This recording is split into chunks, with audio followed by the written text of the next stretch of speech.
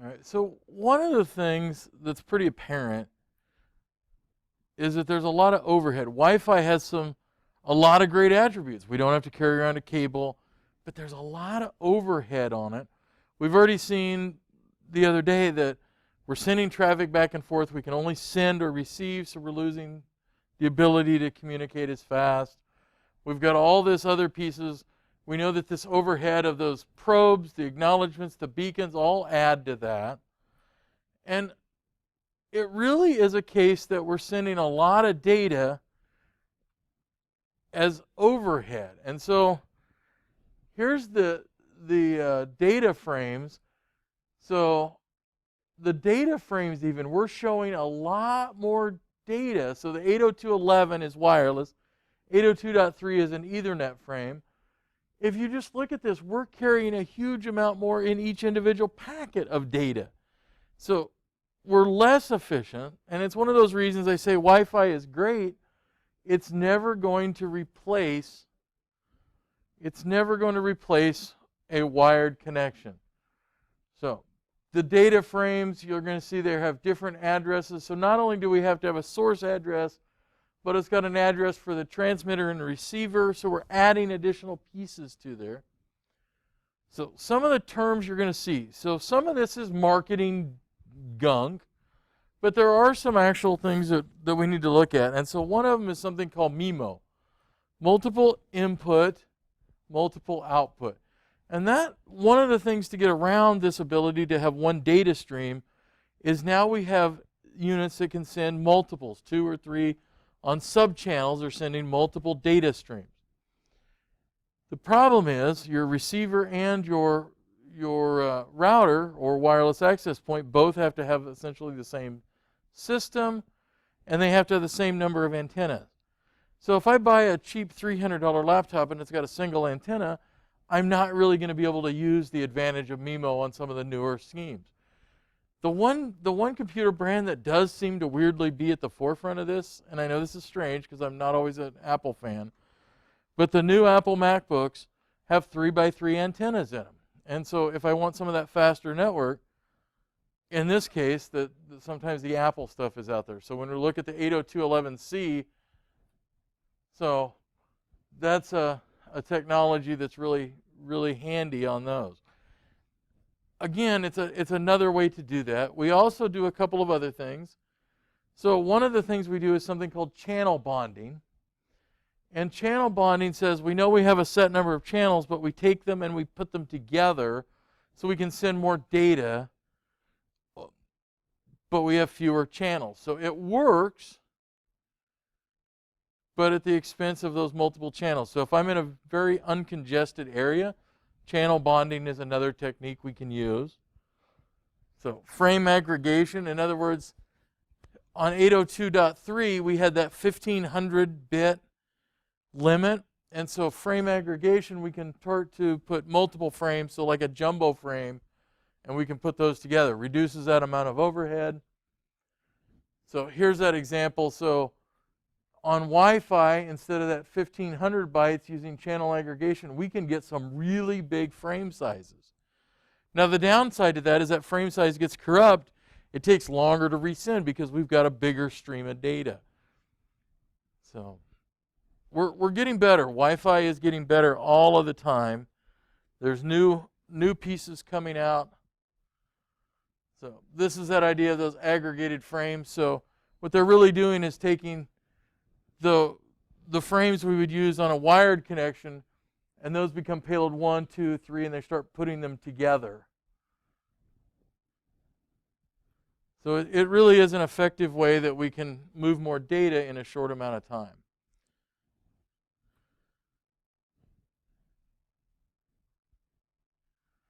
So at our house, it's pretty easy. We grab a Wi-Fi router at Best Buy or whatever's open at this point.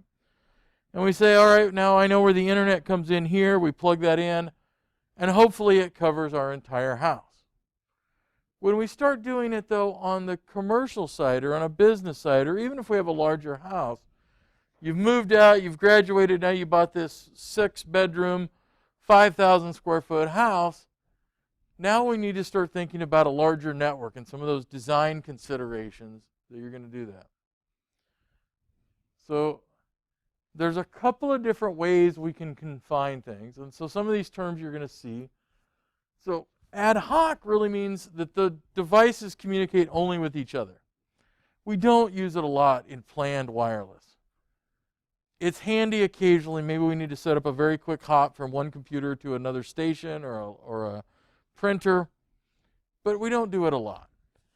Infrastructure means that we have a wireless access point or points. So if I look around this campus, we have a lot of them. And we have a controller generally for them. And that controller monitors and manages if there sees an issue, changes things. We'll look at some of the other things it does. The other way we can do some of these is something called a mesh network. So a mesh network means I've got power. So somehow I've got power to my device, but I don't have a network connection. And what it essentially does is we can set up a series of mesh networks so that one device talks to another device to another device. Now there's downsides to that. The biggest downside is every time it communicates with something else, you're losing half of your data stream as a backhaul instead of being able to use that for internet traffic. And I'm going to argue if you can get power there, you can probably get data there just as easily. I'm not a big fan of mesh systems, except in weird one-off special occasions. So one of them I've seen that really works well for mesh systems are hotels. And so hotels a lot of times will have multiple wings and multiple floors, and they will put an access point down the hallway where it's easy to run data cabling. And then inside of each room will actually be a meshed network. So they will have a mesh repeater in each room, or actually in some cases they'll have one active access point in the hallway for the entire hotel and repeaters down the side. So mesh is a model of a solution, but I don't think it's usually the best solution.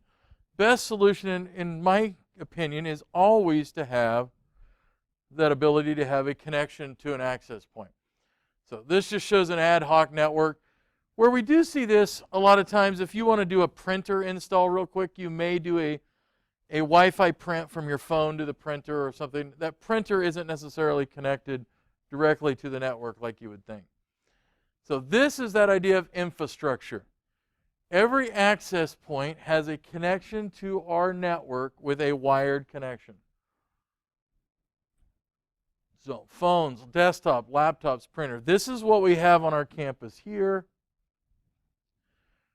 Mesh says, all right, we have some access points, but the access point, and they really don't show this as a good drawing, the access point here, this isn't a wired connection.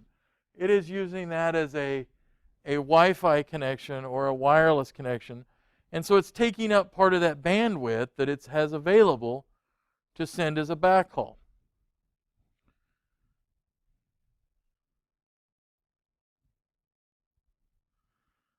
So wireless controllers can do a lot of different things.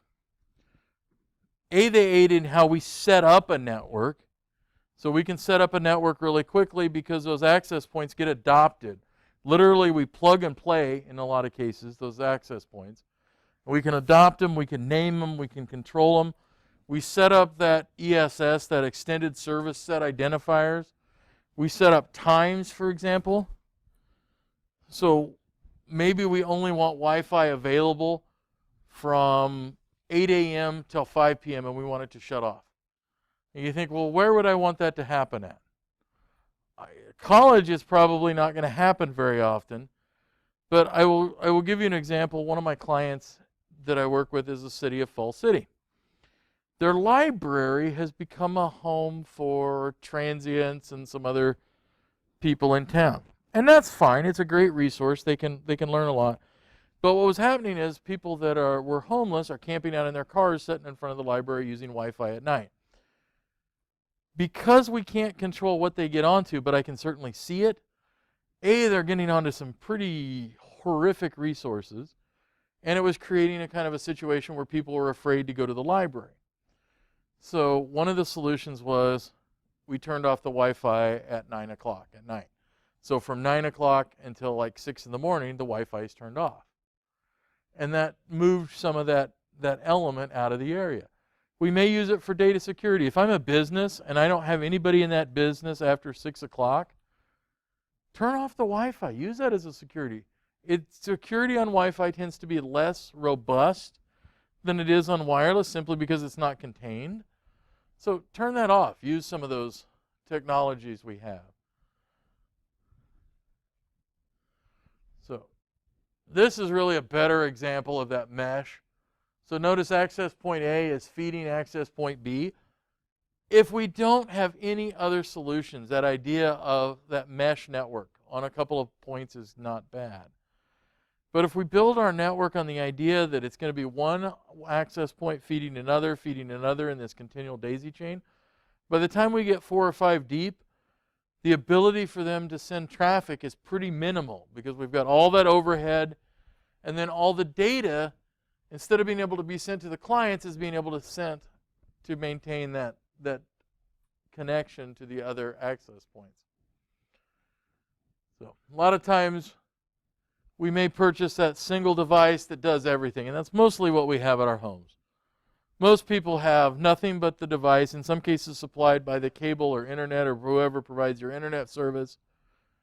Serves as a router, serves as a small switch, serves as an internet gateway, and it serves as your Wi-Fi access point. And I will say some of them are getting better. So we recently got Allo up in Lincoln, and they provide a device that's all in one. Drives me crazy because I'm not a big fan of them typically. But this device, just testing it out because I didn't want to have to replace all my equipment I have in Auburn yet. I said, well, let me see what I can get off my laptop. And so I've got a year-old XPS Dell laptop that does have MIMO, a 3x3 antennas. And on the 5 gigahertz network they provided, I was able to run 400 megs per second. It's pretty decent. So they're sometimes getting better. Will I replace it with all my own stuff? Yes. But at this point, it works fairly well and in a smaller house.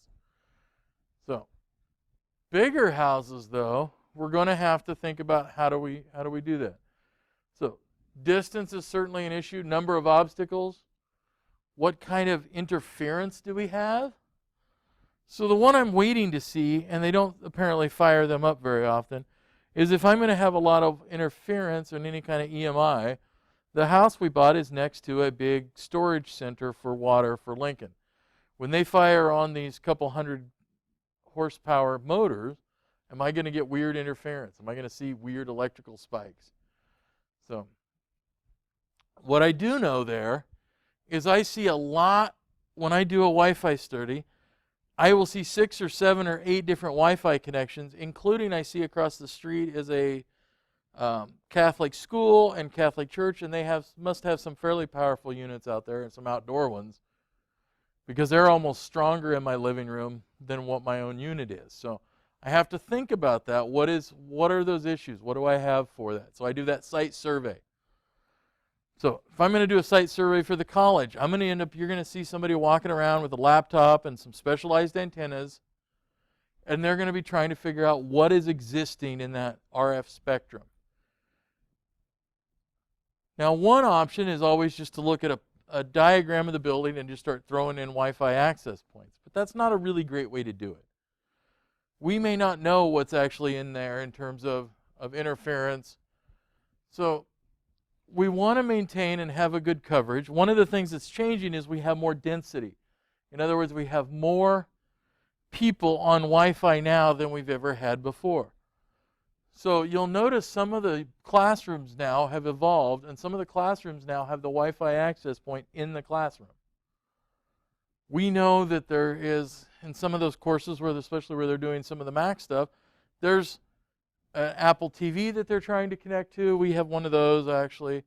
We have our iPads. We have 20, 30 people trying to all connect. It works better. We're starting to move those access points then to deal with that high-density issues. So we'll take the blueprints. We'll look at potential obstacles. We'll do some potential planning.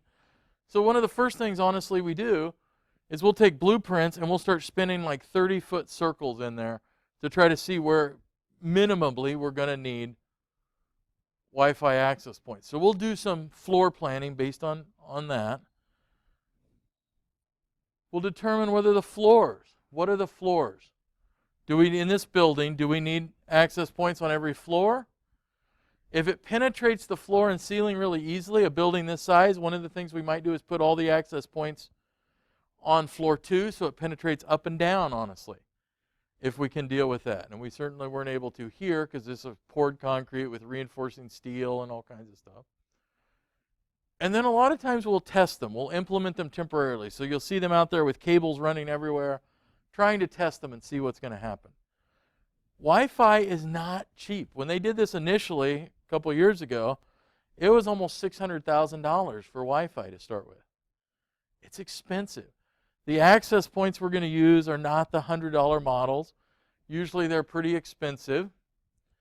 So we also, once we start actually doing the testing, we may find ourselves with some surprises. We don't always know off the blueprints if they're accurate. So after we do that site survey, we plan it, we start building it, we implement the physical cabling, we physically put the access points in place.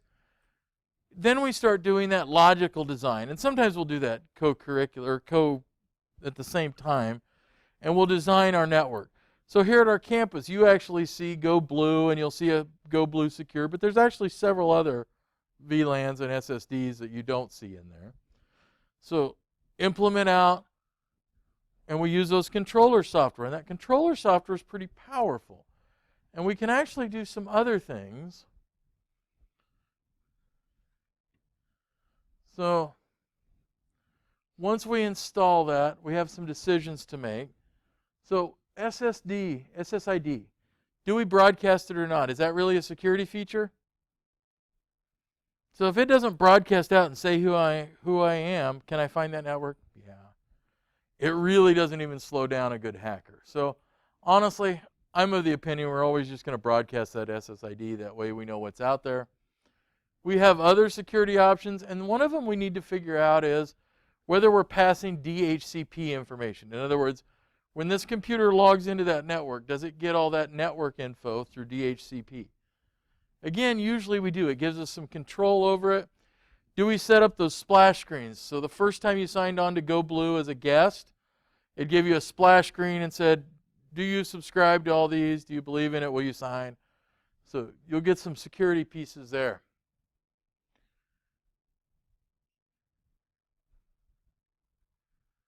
So we get this all set up. We install our software to make it work. And then the other problem is how do we make sure that we get the programs we don't need back off?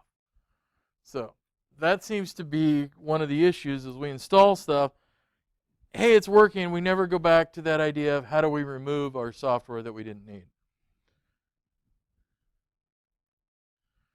So 802.11 has a couple of things we can do. By default, 802.11 doesn't have security at all. Well, that's not a good idea. So authentication is allowing you to log into that network. By default, we don't really do a whole lot of it. We can do what's called MAC filtering. So that MAC address, so that only those computers that have a MAC address that's recognized on the system can get onto our wireless. Doesn't work very well, easy to fool. MAC address can be spoofed pretty easily.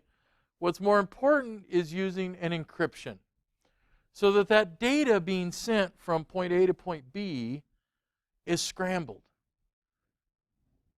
If I don't, I can use any kind of a computer, just like we did with Wireshark, but with a wireless antenna, I can get your information and I can grab it very, very easily. So I have a couple of different options. And the first option, our book doesn't really mention a whole lot, but it still shows up on most home routers. And that's that idea of something called WEP, W-E-P, called Wireless Equivalent Privacy. That was their first attempt at privacy. It's an abysmal failure from a security side because you actually sent your login credentials before it started scrambling that signal. So if WEP is an option, turn it off. The next one is WPA, and it's been mostly replaced by WPA2. And in fact, some of the new devices I've seen don't make a differentiation. They just say WPA. So the 2 part is kind of fallen out of favor for whatever reason. People thought it was confusing, I guess. So WPA2 has a really good scrambling method. It encrypts that communications between receiver and sender. And again, we're adding more overhead to that Wi-Fi signal, but it makes it a little tougher and a little harder to grab that signal. So the other piece we do is sometimes we add a Radius or a Taxus server. So that allows us to authenticate against our existing network. So if we had a Active Directory, only those users who have an account on our Active Directory, only those access users can actually get pieces. So it's another way we can do it. Captive portals are a way we can find out who's coming onto our network, so guest networks. We can limit where the people on a guest network can go. We certainly don't want them on the inside of our network. We generally allow them only web access, and we restrict them quite a bit.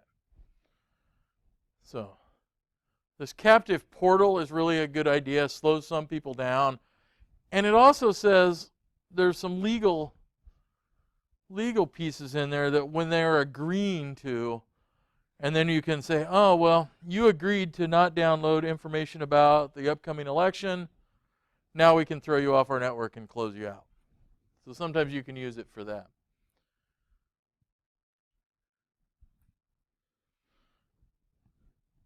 There is a term called war driving. War driving came about. People would actually walk in bigger cities, and they would actually walk along with chalk and write on the outside of buildings where they had free open Wi-Fi. So in other words, there wasn't a security code. They could actually get on the Wi-Fi for free. It evolved a little bit because now we have some tools, and we could actually drive around in a bigger city.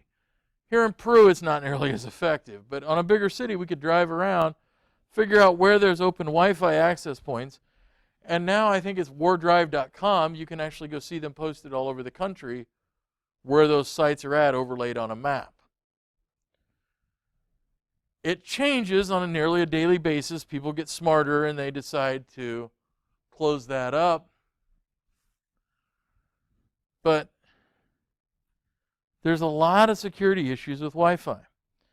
So several years ago, I'm staying down in Kansas City, and the Hilton Garden Inn had crappy Wi-Fi. It was horrible. Couldn't hardly get anything to load. So I'm messing around, I'm looking, and I see that there is an open Wi-Fi access point, and it's labeled like Belkin or something else. And I think, well, it's probably somebody with a travel router next door, but I'm going to log in to see. As it turns out, it was not. Somebody in the building right across from me, so 2 buildings adjacent to each other, happened to be a bank building, and somebody in there had decided they're going to put a open Wi-Fi access point on that network. Probably they decided they needed it, and the company had said, no, you don't need Wi-Fi, and they had just plugged this device in. I was able to search a lot of their network because it was not very well secured. It was not designed to have that Wi-Fi access point with an open piece. So Wi-Fi can actually be very scary in that regard. So there's a lot of other ways we can do it. Evil twin. So an evil twin is really that idea of I pose as a network that might be able to be used to create havoc. So, not sure where it went to in my list of stuff here. An evil twin then, so I might set at a hotel or a hospital or an airport, and I might say, well, I'm going to be AT&T now. I'm capturing all of that traffic that you're putting through there as you wired in there. So I was looking for, and I had a device in here, but I must have put it somewhere else, called a Pineapple, which is actually designed to do something like that. It's a cyber attack tool. it's kind of frightening. If you go to airports, it really is frightening where you're at and are you on the right network. And even if you're encrypted to that evil twin, I can actually see that data on the backside. So there's a couple of other attacks. So WPS is a system that was really handy, or we thought. So on your router is a code. It's usually 4, 6, 8, 10 digits. And it says, push this button to start WPS. And hey, all these devices, all I need is that code, and we can set this up automatically. Except we found some flaws in it pretty quickly with that PIN code.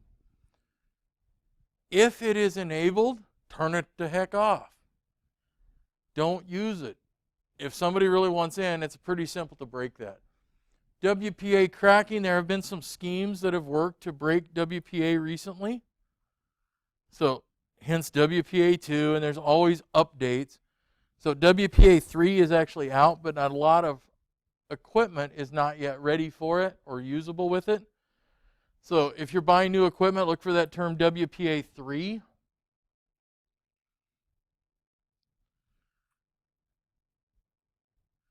Troubleshooting Wi-Fi is a little tougher. We have a few more variables in there. We have wireless, so now we need to bring in some bigger tools. One of the things that you might get is something like a spectrum analyzer. In other words, we're analyzing all the RF. Well, we don't have one here. You can get a laptop and a software package and some of the antennas, and you're $2,500 to $5,000 for the low end on a spectrum analyzer. So very similar to the wireless analyzer. It can also do some of the same things. I've applied a couple times on our little engagement grants, and so far they haven't been real receptive on buying that level of equipment.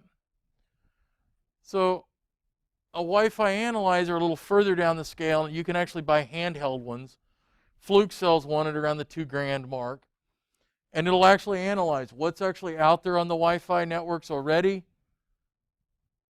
How do I optimize? How do I look at channel selection? So that's the kind of thing we're looking at from access point optimization. We have to realize that there are some places that are actually too much Wi-Fi signal, even in the same network. And our cafeteria historically has been an area that's kind of interesting. If you have an Android phone, one of the weird things about Apple is Apple locks down your ability to get native signals out of the access or out of your phone.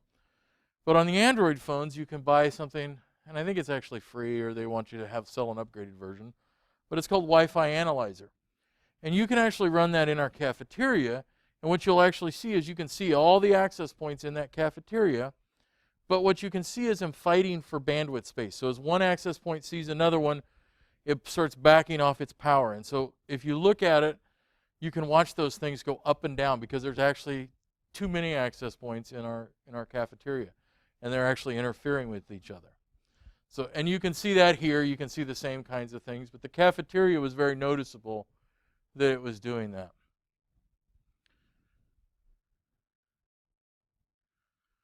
So there's all kinds of Wi-Fi tools that are out there. Companies will sell all kinds of things. We can actually grab that traffic. So we can use Wireshark, and we can actually grab that traffic if it's unencrypted. If it's encrypted, hey, guess what? We can still grab that traffic. And then we can try to break it. And hopefully we're not able to very easily. But that's one of the downsides to this, to the wireless, is I can grab that traffic, whether it's encrypted or not. And if suddenly I'm able to unencrypt it, then I see whatever data you've sent. So commonly we have some other things. So we'll capture traffic. We'll look at known errors. We can start to see, do we have repeat transmissions? Why are we having errors? When we set up our network, we can't control what's connecting to it. And so that you're going to see is one of the issues we run into, is what is connecting to this network? Is it an error on their side, our side? Why are we not making that? So there's a lot of things that happen. So passphrases getting written down wrong. You may have the wrong antenna, wrong placement of antennas, the access points in the wrong area. You may try to update firmware and all of a sudden that you've lost an access point. You may not be optimized for power levels. In other words, quite honestly, we want and I know this seems backwards, we want the lowest power level to cover the area we need to cover. That way we cause less interference with other networks and other access points we have. What interference we have? Channel overlap, and you can see that pretty commonly because in 2.4, there's really only 3 usable channels.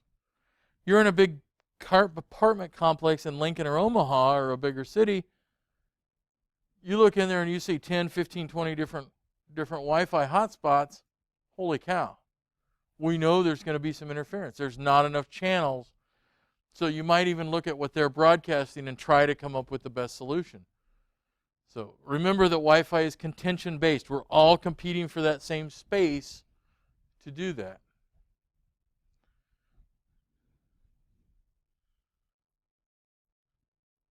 So sometimes we need some different antenna types.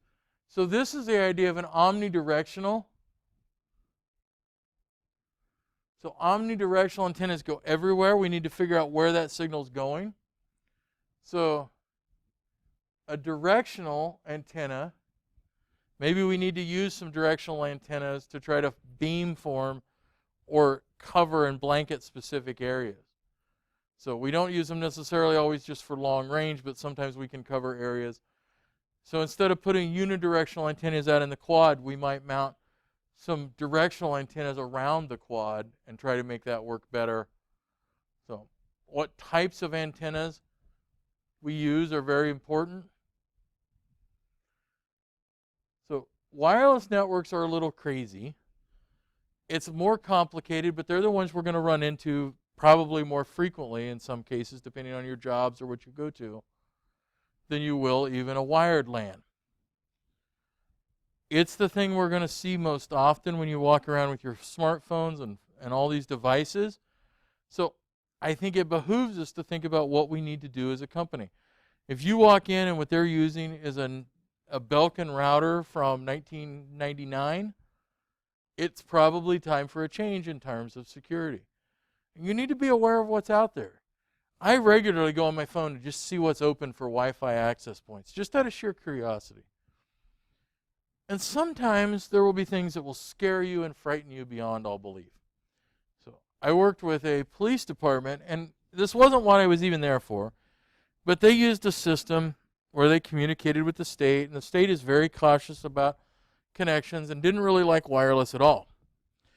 And I said, okay, that's fair. And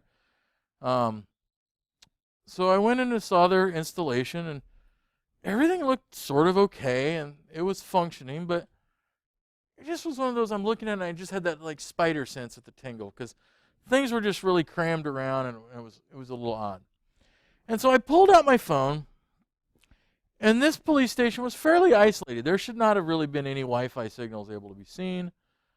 And I pull one up, and I'm going to call it a Belkin, but I don't think it was. It was another one of these low-end Wi-Fi switches, hubs, all-in-one things. And I pull up this signal. I'm like, well, wait a minute. What is this? And it's open. Anybody could get on it. And right now, without any effort, I'm on their secure network. They also had some other issues with passwords they didn't like to use and some other issues, but it should have been okay. Nobody else could have been on their network except people that managed to get into that police department, dispatchers and such. And I'm thinking, well, that's really weird. And so I start searching around, and I open up a cabinet, and what I find is they had run out of ports on a switch. So like a 16-port switch, they were out of ports. So they had went down to the local computer store, and they said, well, no, I don't have any switches, but this Belkin or whatever it was has 4 ports on it. So if you just plug one into the LAN side and then a couple more, it'll all work. I can't make that up. I was like, holy cow. So they had set up their own Wi-Fi station. Now, what was frustrating was, as it turns out, I had a couple people down there that knew about it also, because they were using it. It was handy. It was convenient. They didn't have to deal with getting onto a physical computer. They could bring their laptop in and violate all kinds of state standards and everything. The state patrol had been down there and given him a clean bill of health earlier. Didn't notice it. So we removed it, put in an appropriate switch, and did some other changes to make that network a lot more secure. But why? We see that all the time. I've seen it in a UMB, or a bank I shall remain nameless in Kansas City. Somebody had done that. And so the backstory of that is, or the next piece of it, not only was I at that hotel then, I was there a couple months later. And I actually fired off a really nice email to UMB and said, this is what I discovered. You should probably think about fixing this. I can see it here, blah, blah, blah. And so I'm thinking I'm going to get a phone call from them telling me to stay off their damn network and that I shouldn't have been there because, quite frankly, it was a little bit of a violation. I didn't hear anything. And I was down there, I think it was about 3 months later, quite frankly. I'm staying there again. Guess what's still open? Same Wi-Fi access point. Nobody done a thing. So the other place I see Wi-Fi as being a really big security issue, and we'll talk about it in cybersecurity in the spring a lot, these multi-function printers, scanner, copiers that everybody has that have a Wi-Fi connection on them. Oh, that's handy. Yeah, it's handy for me to get into your network. Because they're not secured. By default, they're not secured. They're really bad. So usually when I run into one, at this point now, I tend to send test prints to them. Or I'll print out messages, so like their printer is spooked. Hi, I am the ghost of your printer. Just to send out things. Could I do bad things? Yeah, because I'm on your frickin' network because you don't have it secured. So securing that in the Wi-Fi is really the hardest thing because it goes out past your building. I'm not walking in and plugging in a cable. I'm sitting outside at the cafeteria next door going, your printer has a ghost, print. Secure your wireless, print. I always wonder when I do those things if anybody's going to really notice or pay any attention. My guess is they just get filed in the trash can and nobody really cares. Because we're very complacent. And you'll see that when we start. So I know some of you are probably going to take cybersecurity in the spring. We delve into some of those. And we can't get as far as I'd love to, but we start looking at that. Why are people complacent? What are these issues that we have? And a lot of times it's simply due to laziness. People don't want to take the time to configure things correctly. All right, so this week, there is a discussion board and there is an assignment due. So make sure we do those. I will be, because Cengage hasn't been able to push up to us correctly, I am going to go in the next couple of weeks and I am going to manually upload all the grades from Cengage back into Blackboard. When I said complacency and lazy, I'm also talking about me. I am only going to load those in once. So if you are missing stuff from the first 6, 7 chapters or the first 6, 7 weeks, go back in and get it done. Zeros will hurt you. Zeros will make me sad. Most of you are doing a ton of extra work and doing all kinds of stuff through there. So the other piece I will say about wireless is now, if you're looking at doing some of the CERT tests, they are hammering on wireless now, and for good reason. Because we've been complacent. There's new technologies. And a lot of companies, IT departments, etc., haven't really responded very well to that in terms of security and stability and making sure our network is properly configured. Because then the next issue comes about, and we don't talk a lot about it in here, but that idea of how do I manage those devices that are connecting to that network. All right, let me click stop on this.